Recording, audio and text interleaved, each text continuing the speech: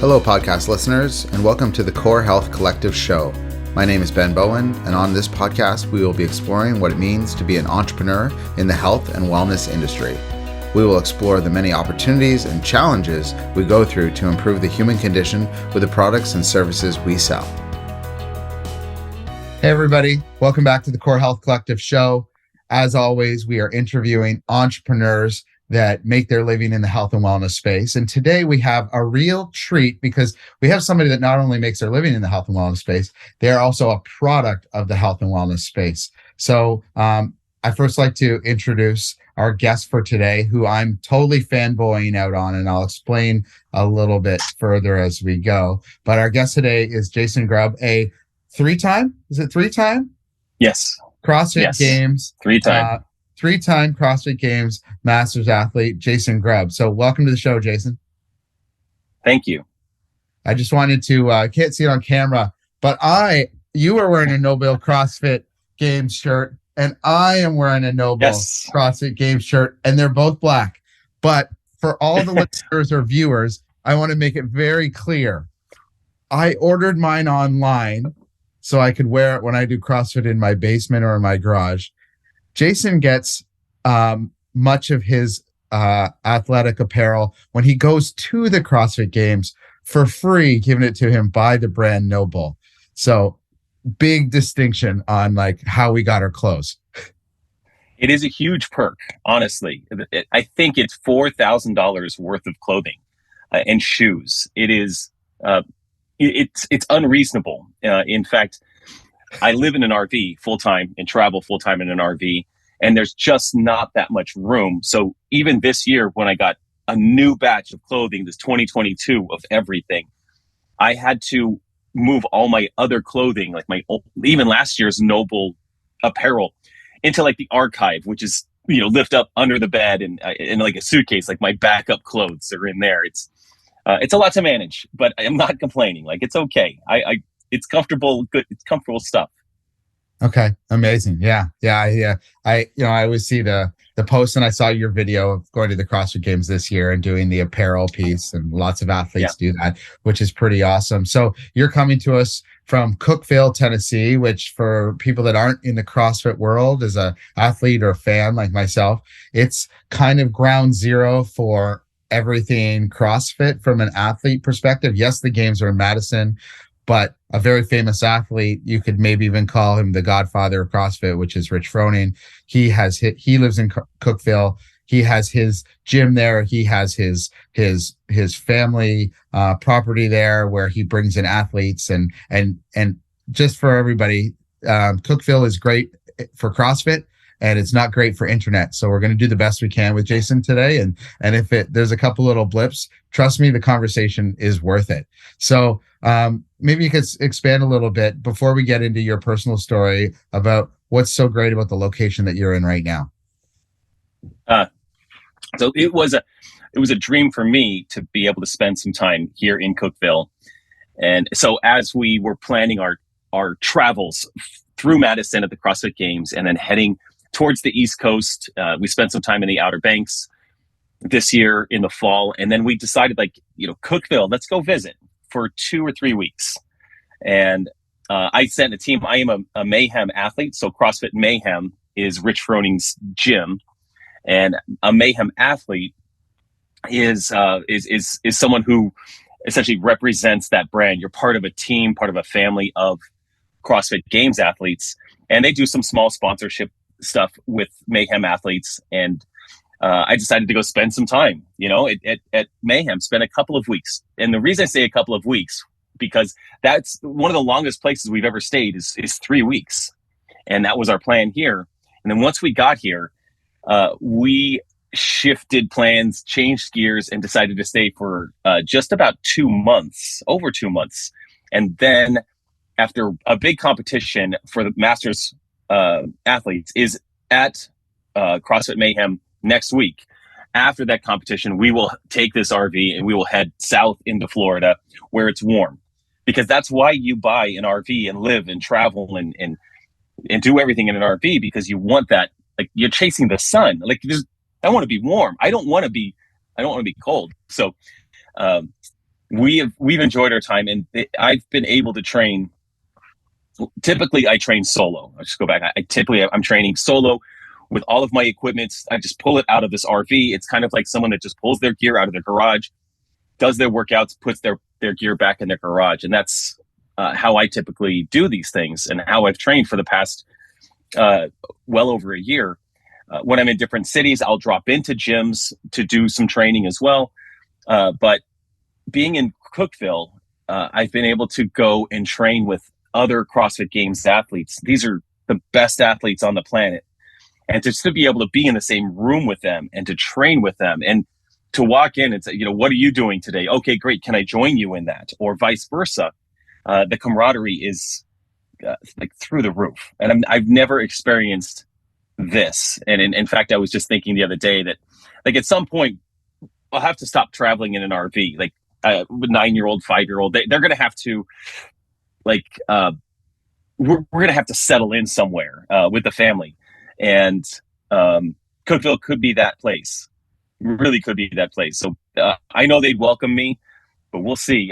This is basically, now I'm thinking like this is home. And now wherever we go from here is me traveling away from home. And then we'll be back here again in the spring for another 6 weeks. And then we go to Colorado for next summer. I have my 21-year-old son is getting married. So we need to be around that area, which will be some good altitude training for me. That's home base. I grew up in Colorado. So, but I'll get to go back to that altitude to train, ideally for the 2024 CrossFit Games, where I will get all new apparel. 2023, then all these numbers will be updated. Amazing. I was speaking of Colorado. I was there not too long ago, I guess, in Buena Vista. Yeah, if you know that area. I do. Beautiful. Drove 24 hours to get there with my wife. Got out of the car, had a quick nap. We were training for marathons, and her marathon, me a half marathon, and we went for our morning run as soon as we got there, and we started climbing up the long driveway up the side of the hill from the place we were staying at. And about 100 meters in, we just stopped and looked at each other and started laughing because neither of us could breathe. So it took a few days to figure out how to like go for a run. Yeah. Yep. That's it. That is Colorado. You're a mile high, and Buena Vista is probably 7,500 feet at least. So, you're getting a good dose of thin air and a lack of oxygen, but your body adapts, and it's great for training. Really great for training. Yeah, absolutely. Okay, so I'd love to know a little bit about your backstory and how you got like what led you to become not only a professional athlete. I think it's fair to say you're a professional athlete because you earn money for what you do, right? I do. Yeah. So how you not only became a professional athlete, but the other side of that coin is how you became an entrepreneur in the health and wellness field at the same time. So maybe you could give a little bit of background. Sure. Well, I don't come from an athletic background, but I do come from a entrepreneurial background. In my early 20s, I completed a master's degree while having a couple of kids, and became a therapist in private practice. And we wouldn't think of that as necessarily entrepreneurial, but it was. I was my own. I left the corporate world to go do that, and quickly realized that I love therapy, but I'm not a good therapist. I'm not a good therapist, but I loved building the therapy business. I built myself a little referral network, and I had all the clients that I would ever want, but I didn't love delivering therapy. So I did that for 5 or 6 years, and then I transitioned out of that, and I played poker for 2 years. Just another entrepreneurial adventure, but much higher risk, but higher dopamine rewards. A lot of fun, and that's not sustainable. I was traveling to Las Vegas every week to play poker, and not sustainable. So in my early 30s, I had this idea that I would. I'd always been a good photographer, and like any good entrepreneur, you're like, I bet I could make a business out of this. I bet I could figure this out. And I quickly figured out that the best way to get paid in photography is to shoot weddings. And I started shooting weddings. I'm literally looking at cameras I have on my desk that I would use for weddings. I mean, there's one here that my desk is covered in cameras. But I became a wedding photographer with my wife. We did that for just about 7 years. We became very very good wedding photographers in Colorado. So we shot in all the mountain towns in Colorado, and we're pretty highly sought after in that niche. We only shot outdoor mountain Colorado wedding. We never shot weddings in Denver or in churches in Denver, or we would travel to some other areas that were nice to shoot outdoor weddings, but it was primarily, Aspen and Vail and the mountain towns of Colorado. Then one day I got invited to a CrossFit class, and I was about 38 years old. I had just turned 38, and I was a little bit overweight. I wasn't healthy. I was drinking 2 or 3 beers a day, just out of habit, eating whatever I wanted to eat. And I would jog from time to time in order to try to stay healthy, to try to burn some calories and alleviate some stress. And that was somewhat helpful, but I probably logged 25 to 30 miles a week jogging at a very slow pace. But a friend, so I reluctantly went to this CrossFit class. I was reluctant because I didn't want to look foolish. If you invited me to go to a hip hop dance class, I would almost rather do that because I could at least say I don't know what I'm doing. You watch.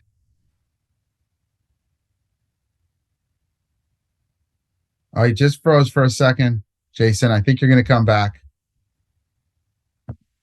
Because I said I was driving to the class. I really didn't want to go, but I went, and it was fun. I had a really hard workout, and it beat me up, and I was like, okay, so that's what CrossFit is. This is just a really great workout. And then I immediately started going 6 days a week. I loved it. I'm in. I loved it. And so that led me, within the first year, I did a CrossFit competition. And I, again, was really nervous about that. But I got that kind of competitive itch by just doing that competition. I didn't end up dead last. I expected to be dead last. I didn't get last. And that lit a little bit of a fire. And that was within that first year. And this was in 2013 or 2014, right in that range. And I was also at that time looking for an exit from wedding photography, because when you're a wedding photographer, you get tired of the mundane. It becomes very, even in the most beautiful places, the most beautiful scenery, these gorgeous weddings, you become a bit burnt out from the same repetition. And it was just, I just didn't see a way to, how am I going to do this for another 20 years? So I got the harebrained idea to buy a CrossFit gym. And I did that. About a year into my CrossFit journey, I bought a gym that was empty. I mean, it was essentially empty. I had to buy all the equipment, and I had no customers. So I jumped into trying to figure out how to build a local brick and mortar business, which was different than anything I'd ever done, because weddings, the whole world would come to Colorado for a wedding. And so they just sought me out. CrossFit, I had to overcome and convince anyone who walked through the front door that they are going to be safe and they're going to be okay. But I grew the gym, and the gym developed over a few years. I owned the gym for 4 years. And during that time, my fitness increased and continued to increase. And I qualified for the CrossFit Games in 2018. And as a 42-year-old, I took third place. The next year I took first place and sold my gym. In 2019, I sold my gym. The same year I took first place at the CrossFit Games, because I'd made a mistake in my gym. I'd made a mistake. We had grown almost to capacity in a 2,500 square foot building. So I just thought, well, we'll just continue growing. I moved us to a 10,000 square foot building, and we didn't grow at the same pace. And so my gym we were just barely breaking even. Breaking even as in I was paying my employees, and we were breaking even. I wasn't taking any income, and it was very stressful. So I ended up selling the gym, and I'm really merging it with a gym that was just down the street. And I was able to exit that and move into the online space, the online health and wellness space, which again allowed me to serve a larger audience. You know, the world is potentially my client. And then I've gone on over the past couple of years to push or build that business and also gain a lot of traction with that business because of my athletic achievements. I won the CrossFit Games, like I said, in 2019. 2020 was COVID. There wasn't CrossFit Games for masters athletes. 2021, I went back and I won. And 2022, I won again. So I've been able to take this passion that I love. I mean, I love, if I could get paid and support my entire life by just being an athlete, I would do that. So I'm a professional athlete in the sense that I get paid when I win competitions. You know, winning the CrossFit Games is $10,000. Wearing Reebok shoes while winning events at the CrossFit Games is worth $1,200 per event. So that was another like $6,000 this year. So you fight for those events. Like, I want that $1,200. You know, I'll compete next week at the Legends Championship, and it'll be a couple $1,000 prize if I win, which I plan to, hopefully. Next month, I'll compete at Wadapalooza. For sure. Foreshadowing. Next year, or next month, is Wadapalooza in Miami, Florida. The first place is $2,000. Second place is $0. So hopefully I'll get first place there. So I will earn, you know, $20,000 from competing in the sport. And and then outside of that, all of my income is from content that I create. So YouTube content that I create, and also having programs to help individuals over 35, primarily men and women, do what I did. And that is a full spectrum. Like, what I did was I transformed from an unhealthy human being to a healthy human being to a really fit human being to a champion, you know, elite athlete in this sport. And so that's where I help people navigate those various areas of their health journey. Yeah, that's I love that. No, I love the distinction you just made, actually. There was a point where I was a couple of years into my CrossFit journey, and I went from being unhealthy to healthy. And I think at that point I thought, oh, wow, I wonder if I could like qualify for the CrossFit Games. So I changed my training and dealt with lots of injuries. And I think it's because I skipped that third step. Yeah. Right? Yeah. The growth phase. Yeah. Yeah. I skipped that step completely. Like, I transitioned in like a day from I'm healthy to I'm going to train like a CrossFit athlete. I did too. Believe me, I did too. And I don't remember, but I'm sure that I got hurt along the way, because it really is a ramp up period. There's no shortcuts. It is it has to be intentional. And when you increase your volume, you have to increase your mobility. You have to increase your recovery. You have to increase the volume of food that you eat. All of these things go hand in hand, but that's all retrospect. Like, I didn't know that then. Now I've learned that if I guide someone through that transition phase and we increase all of those areas, we generally can keep them pretty safe. Okay. Yeah, that's good. That's good to know. I definitely have made that mistake. So you have a lot on the go. You know, your dad, you're a professional athlete, you've got multiple revenue streams, you're heavy content creator. Yeah. And I find a lot of the people that I talk to in the health and wellness space, they have a hard time finding time for kind of the marketing business growth stage, because they're so into kind of their client work and things like that, or product development. How do you keep it all organized? Because you have a lot on the go. Yeah, it's a really good question. So I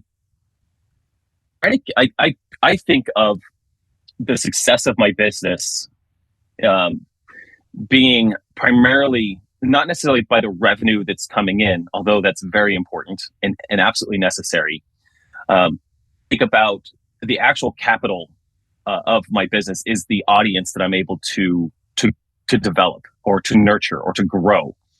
So the reason that I try to create consistent content like Instagram, TikTok, Facebook, YouTube Shorts, something is getting pushed out to all of those channels every single day. To YouTube, I'm publishing at least once a week a long form piece of content, whether it's a workout review or it's 9 tips to stay healthy through the holidays, or it's a day in the life at CrossFit Mayhem, which is next week's video, so you'll love it. Oh, I will love that. I'm creating that content to continue to build that audience. I think the audience is the foundation of my business, and then the biggest challenge, and I'll just say that I haven't perfected this. So my organization is that every Tuesday I publish a YouTube video. So I work backwards off of that. Like, okay, in order for me to have this video done by Tuesday, I have to start filming myself behind the scenes at Mayhem tomorrow. So that's my job tomorrow. Over the weekend, I'll do some editing. On Monday, I'll have a final version of the video ready to just review and tweak, upload. Tuesday, I publish it. So I work backwards that way. Every day, like the first thing I do, I have my coffee and I decide what am I going to push out to social media today? What's on that agenda? I would love to say that I have this whole content calendar. I have it all mapped out and it's all just this glorious org chart. And it's not that. It is, what kind of footage do I have? What makes sense for my audience today? What's relevant? And I'll take a half hour, 45 minutes to create that one post that's going to reach my audience today. And some posts just take off, some posts don't. So there's that. On the other side, like client management and working with my clients, that is something that I'm constantly challenged to work on and refine. So for example, one of the things that I really don't love doing is I don't love phone calls. So I have clients that are towards the beginning of their journey. They generally follow my beginner training packages. So I use an online delivery system for that. I've already have pre-packaged programs for beginners, and it's nutrition and fitness, and it's video based. It helps them for 12 weeks go from nothing to something safely. And it's revolutionary. I do a Zoom call with that cohort of people that are doing that. I do a Zoom call once a week for 20 minutes, and that's how they get some FaceTime with me. But besides that, it's a really do-it-yourself kind of program. The grow phase is also, I have ongoing people follow training that I provide for them. And then they also interact with me in a Facebook group there. So there's just these small interactions that happen in those phases. The ones that take the most amount of my time are the kind of elite athlete type clients that I work with. And they pay the most and they get the most FaceTime with me. And I'm constantly trying to figure out how I can serve them best without being on a phone call. So I can't really do that. I actually do have to jump on calls from time to time, and I love it when I'm doing it. But the inertia for me to get on a phone call is so challenging. It's just built into me. I don't like it. Like if I call a friend, they'll pick up the phone and be like, "Hey, everything okay?" Because I don't call friends. I never call them. They're like, "Hey, are you good? Are you good?" "Yeah, I'm fine. I was just calling to say hi." They're like, "Okay, well, I just stepped out of a meeting because you were calling me. I never expect a call from you." Because so I like messaging. I love messaging. So I've been, right now I'm in a phase where I'm taking a look at what's working in my business, what's not working in it. I'm testing out a couple of different messaging platforms that will allow me to work with my highest paying clients that want the most FaceTime with me, but in an asynchronous conversation, as opposed to this to be a synchronous conversation, you and me interacting right here.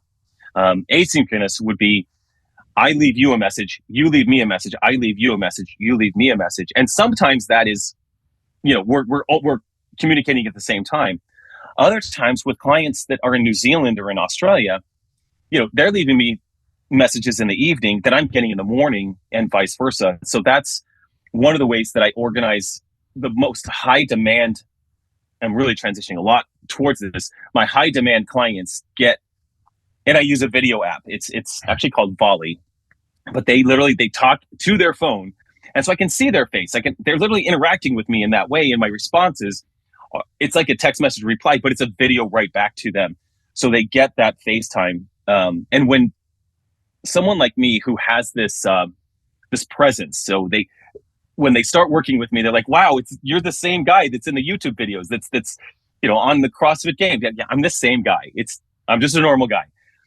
But that does help them feel, I think, a stronger connection. And what I found being a therapist in my 20s and being a wedding photographer and in any business that I've been in is that relationship is really the thing that creates change or creates client satisfaction, right? We have to have this relationship, and I want to do it without getting on the phone. So I can't quite do that. I still have to get on the phone sometimes, but if I can get face to face with them, have video interaction with them, they feel listened to, they feel heard, they feel like I'm part of their journey, and that's what I'm trying to do. And I know your question was about organization, and so basically what I just said, I dumped out the entire trash can, this is how I organize it. It's a giant evolving but getting better every year mess. But at least I know who my audiences are. I try to serve each one of those audiences the best way that I can, and I'm constantly trying to refine that to make that a better experience for each one of those audiences. Yeah, it sounds like you have really strong self-awareness of how you like to communicate with people, and that's important, really, because that allows, if we communicate with people the way that we enjoy, that's how we show up at our best when we're communicating. Right? Yes. So if it was all phone calls, you probably wouldn't be showing up as your best, which is what they're paying you to be for them when they're communicating with you. Yes, that is correct.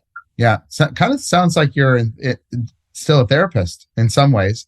Like it's it's definitely a degree of separation at the most. Yeah. But thankfully it's therapy where I get to talk about things I like to talk about. And I get to talk and share a lot. In therapy, I'm listening a lot. And I honestly, in this coaching, I'm listening a lot.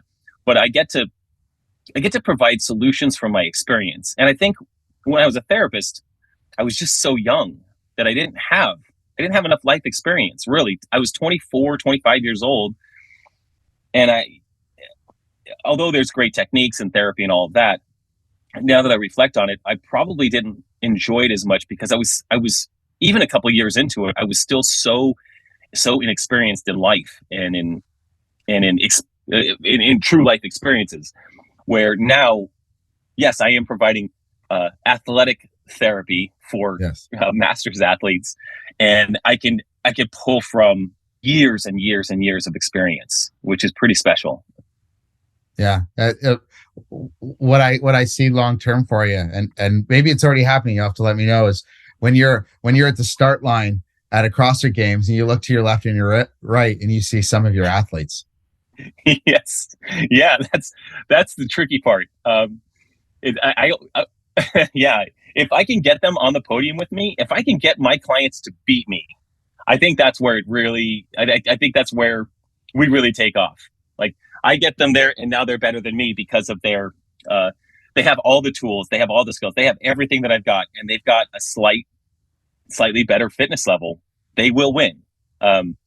So yeah, no, that's really cool. Yeah, I want to see that as well. So hopefully over the next 20 years, by the time I'm in the 65 plus category, it's me and 20 other Jason Grubb athletes, and we're all just out there.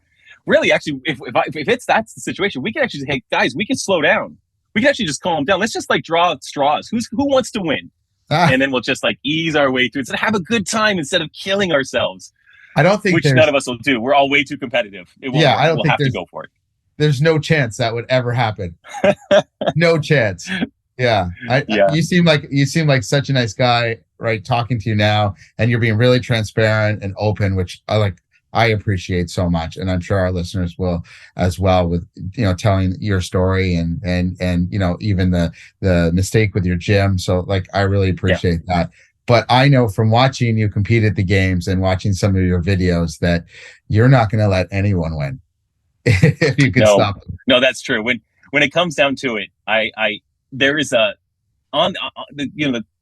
in competition, I think this is one of the things that draws me to it. And I think draws us to it is it's so primal in its nature. When you're on on that competition floor, you are in battle with another human being, with another group of human beings. And Greg Glassman, the founder of CrossFit, he said men, and he was referring to men as in mankind, will die for points. We will die for them. And on the competition floor, we will.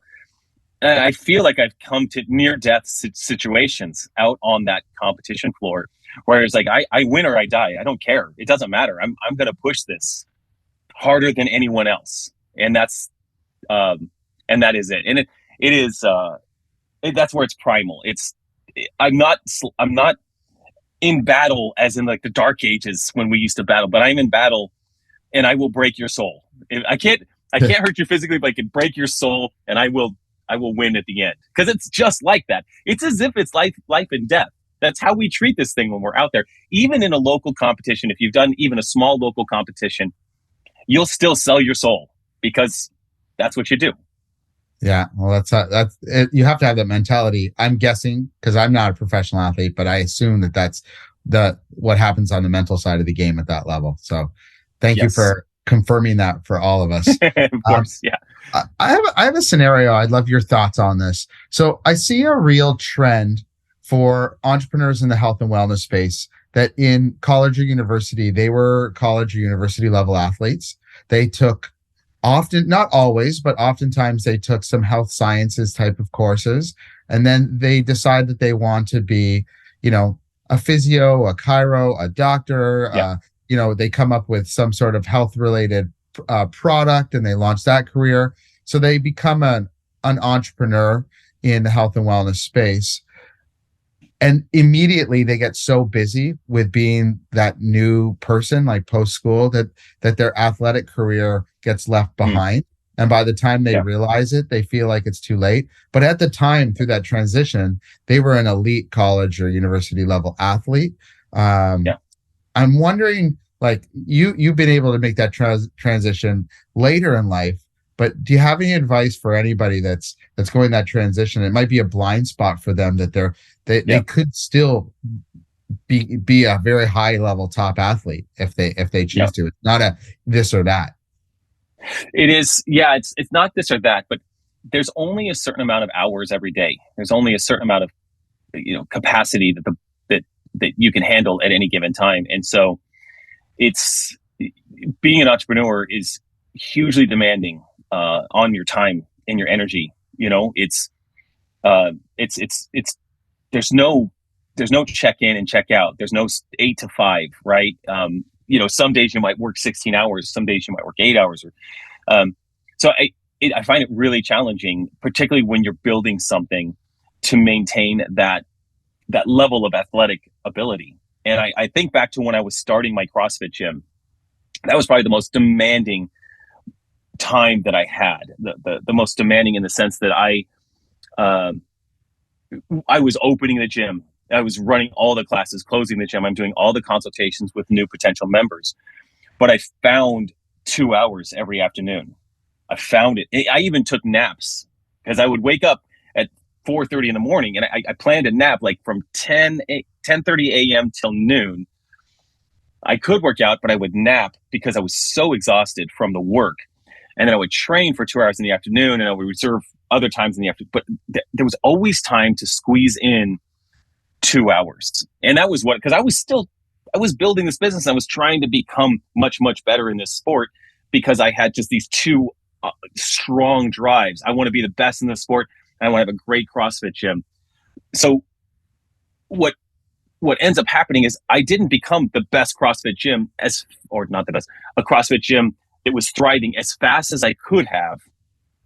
And I didn't become a CrossFit game champion as fast as I could have. There was a compromise in there. I guess all of that to say that there's an element of compromise that if I wanted this to be 1,000% successful or 100% successful, and just be thriving as fast as possible, I have to tap the brakes on the athletic side. That doesn't mean I have to throw away my health, but everything's a compromise. And I even think right now, my business could probably be 2 or 3 times bigger and more profitable if I didn't train now, 4 hours a day, give or take. But I have this lofty ambition that I want to continue this athletic pursuit, and I want to take care of my family and have an incredibly successful business. But it's still, there's some compromises, and this takes a slight priority. Although I do fill in every gap, almost every gap of my time with the business side of things. So the long answer is that. The short answer is it has to compromise.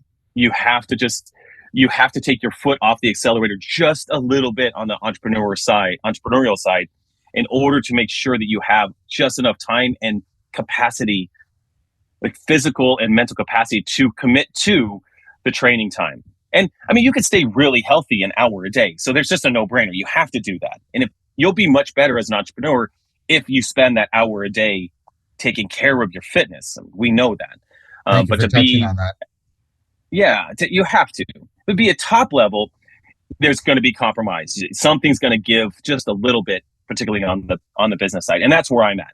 I know I could be 2 or 3 times more profitable, revenue, all that, have a team behind me, all that. But in order to maintain this lifestyle where I'm traveling on the road full time, training and doing all these things to continue to be a games athlete, there's a little compromise there.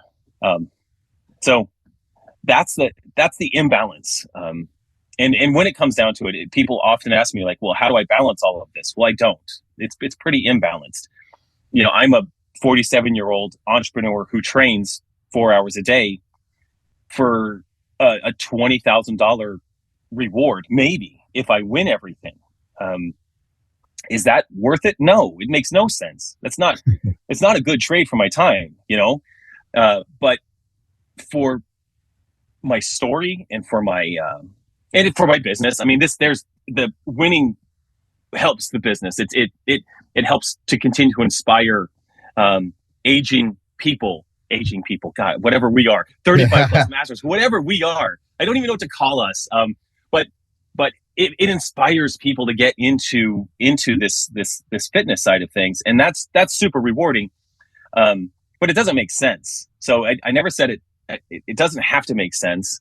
I love it for the story. I love the training. I am happy doing it. I'm happy working on my business at the same time.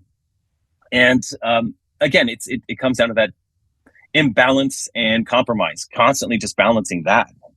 Yeah. And honestly, Jason, just from my perspective, because I spend all my time on the business side, except for just an hour a day being healthy, your results in your athletic career is earning you a lot more than $20,000. It's definitely a return on your business side, because you're offering first place programming especially from a guy that wasn't an elite athlete his whole life, which is even more valuable than first place programming.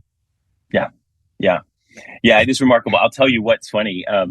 I'll have a video coming out soon, but I just dug out of the archives one of my first, in 2015, me completing the 5 events of the CrossFit Open. I have the full videos of these workouts, and it's me, but this is 2015. I mean, it's like 7-8 years ago.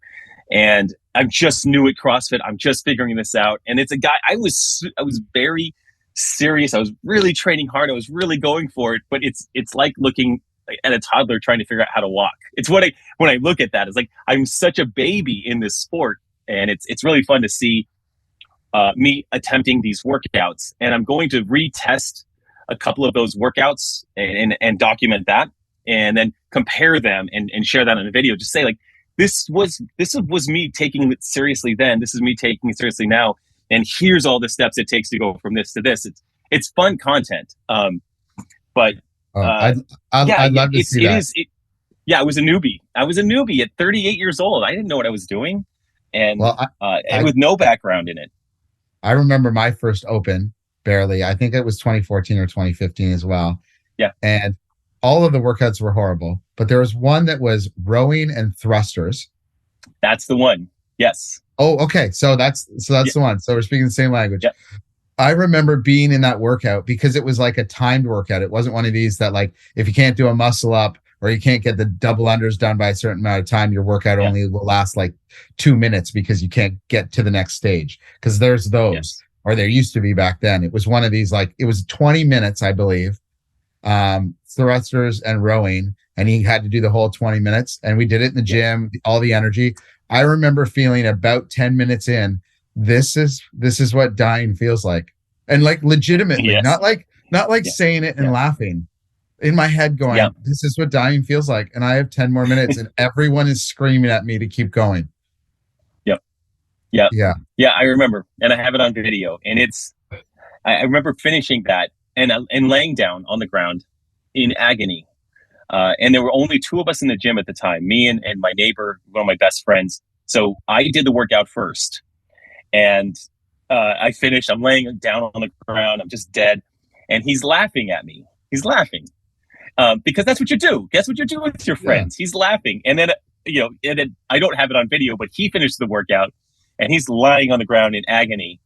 And I am right in his face laughing because it's the camaraderie, it's laughing, not laughing at you, but laughing at how hard it was, laughing at how much pain you are, laughing at the fact that I just did what you did, or you're about to do what I'm going to do. It's weird to smile and think about the fact that you and I experienced near-death experiences in 2015, and we're smiling about it, and we have fond memories of nearly dying in a workout. This is what drives people crazy about CrossFit. They're like, these guys are clearly insane.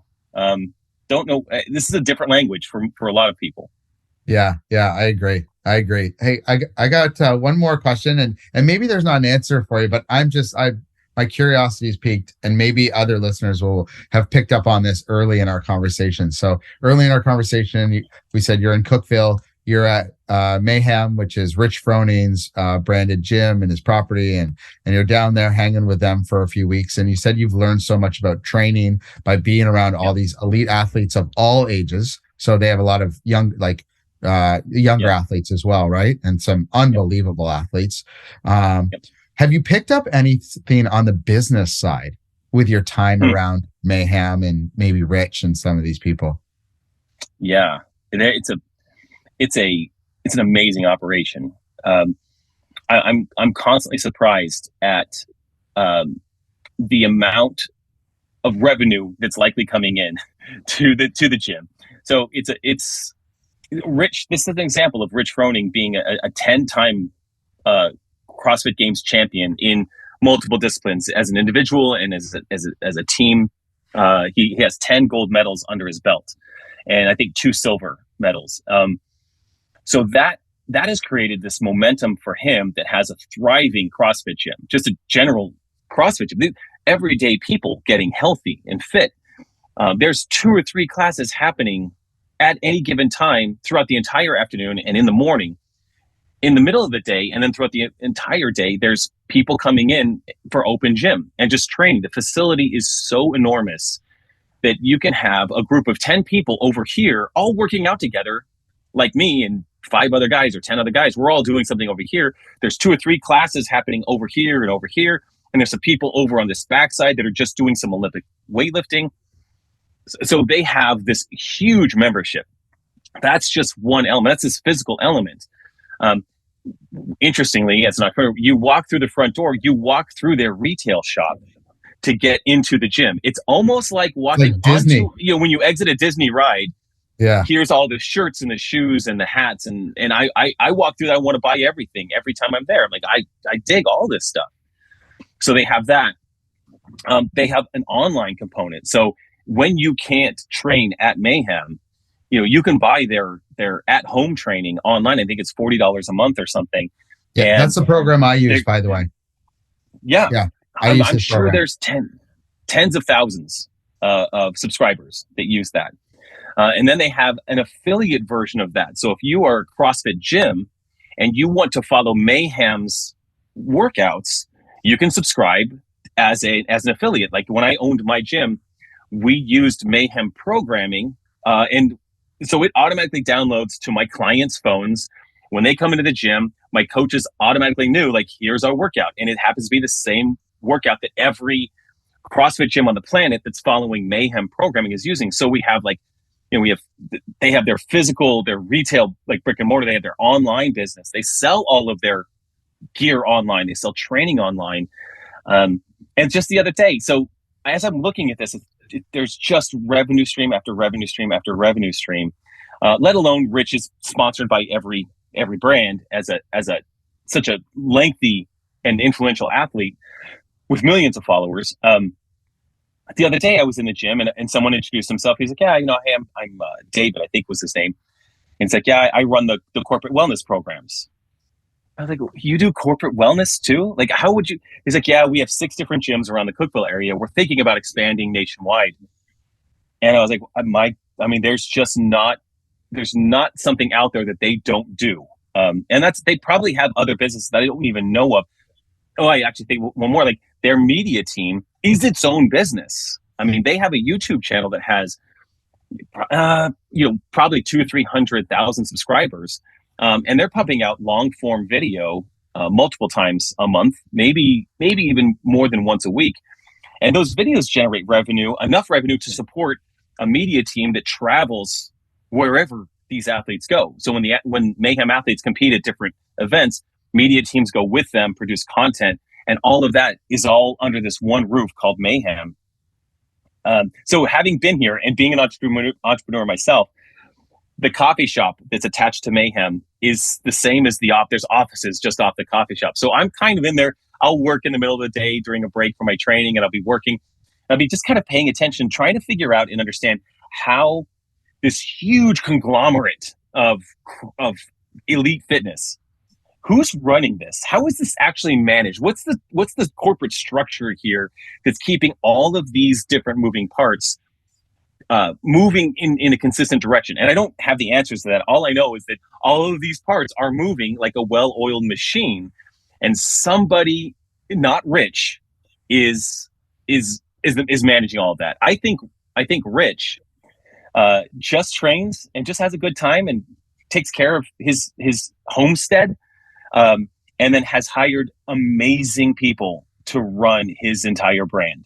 I think that's how it goes. And it's phenomenal. And I'll have to circle back. I'm going to keep digging to try to understand how this entire machine runs. And I'll report back to you. Like at some point, I'm going to meet somebody who's like, oh, I run everything. I know everyone, but I don't know how the structure is built, but it is magnificently well done. Could be the Wizard of Oz. Pay no attention to the man behind the curtain. Yeah, someone's doing it. I don't know who, but someone or a few people are making this thing run remarkably well. Because it's funny that the name of the company is Mayhem, right?